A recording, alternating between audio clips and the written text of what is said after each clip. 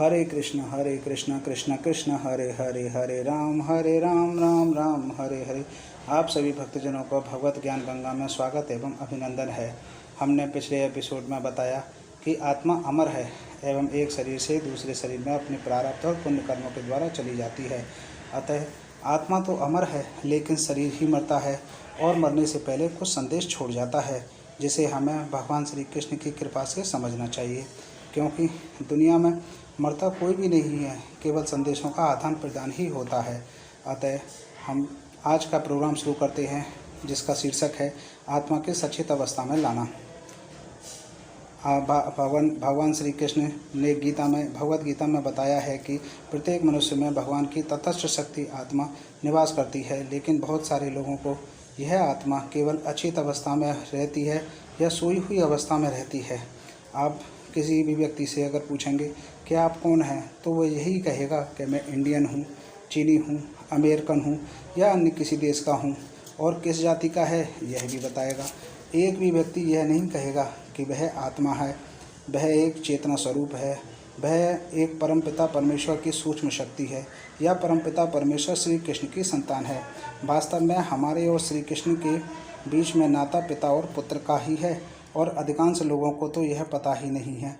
जबकि गीता में यह लिखा है कि श्री कृष्ण सब मनुष्यों के एवं सभी बीजों के पिता हैं, और हमारा जन्म उनकी प्रेम में सेवा करने के लिए ही हुआ है। क्योंकि परमपिता परमेश्वर श्री कृष्ण ने ही पूरा ब्रह्मांड एवं अनेक आकाशगंगाएं बनाई हैं। भगवान श्री कृष्ण कहते हैं कि जब तक मनुष्य दूसरों को ओर देखता रहेगा और अपने अंदर की आत्मा का बोध नहीं हो सकता, जब तक आप बाहर के लोगों को देखते रहेंगे या बाहरी मंदिर या और दूसरे लोगों को देखते रहेंगे, तब तक आपको अपनी आत्मा का मौजूदगी का एहसास ही नहीं होगा। जैसे ही आप अपने अंदर आत्मा को देखने की कोशिश करेंगे, तो आपकी आत्मा का साक्षात्कार कर सकेंगे एवं आत्मा की आवाज़ सुनकर ही अपने नित्य कार्यों को कर सकेंगे। जैसे ही सचेत आत्मा मनुष्य कोई कार्य करता है, तो वह भगवान की सेवा ही कर रहा होता है, क्योंकि उसे हर व्यक्ति में, जीव जंतु में भगवान श्री कृष्ण की शक्ति ही दिखाई देती है। सचेत आत्मा व्यक्ति का कार्य गलत नहीं हो सकता, वह हमेशा समाज एवं देश की प्रगति के लिए ही कार्य करता है। आत्मा को जान लेना ही मुक्ति कहलाता है।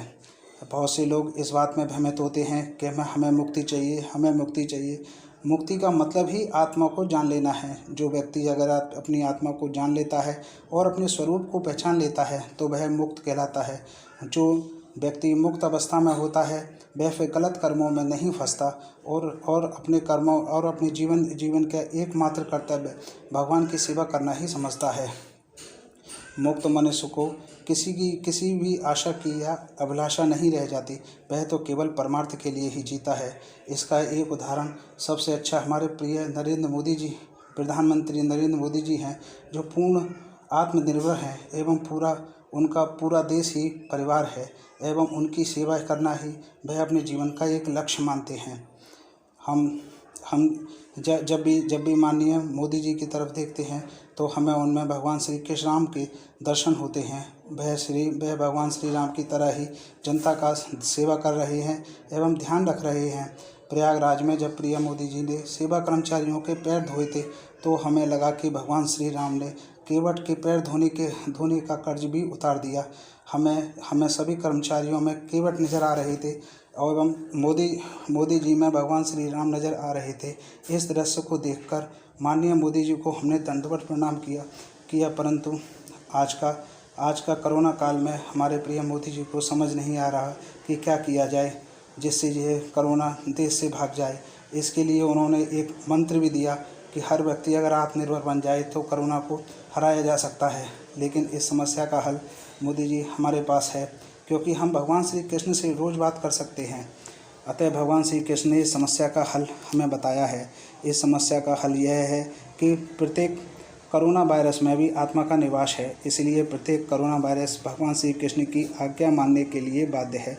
अतः माननीय मोदी जी, आपको केवल इतना करना है कि भगवान श्री कृष्ण के लिए एक पत्र लिख कर दे दें, जिसमें भगवान श्री कृष्ण ये लिखें कि भगवान श्री कृष्ण दानव कोरोना 19 को मारकर पूरे देश से बाहर करने की कृपा करें, और इस लेटर पर प्रधानमंत्री मोदी जी के दस्तखत एवं सभी राज्य के मुख्यमंत्रियों के दस्तखत होने चाहिए। ऐसा एक लेटर अगर बनाकर अलीगढ़ के इस्कॉन टेम्पल में दे देंगे तो भगवान कृष्ण दूसरे ही दिन कोरोना को देश से बाहर कर देंगे एवं दूसरे दिन से ही एक भी व्यक्ति कोरोना से नहीं मरेगा। यह हमारा विश्वास है।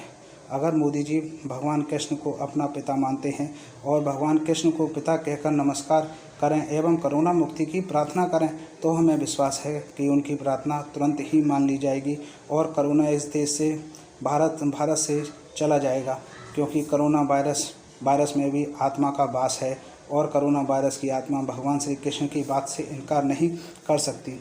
इस दुनिया में आपको यह समझना होगा कि सारा खेल आत्मा का ही चल रहा है। कुछ अच्छी आत्मा है, कुछ बुरी आत्मा है और कुछ उदासीन आत्मा है। अतः हमारा आप सभी से भक्तजनों से निवेदन है कि इस वीडियो को ज़्यादा से ज़्यादा शेयर करें और ताकि यह प्रधानमंत्री मोदी तक पहुंच जाए।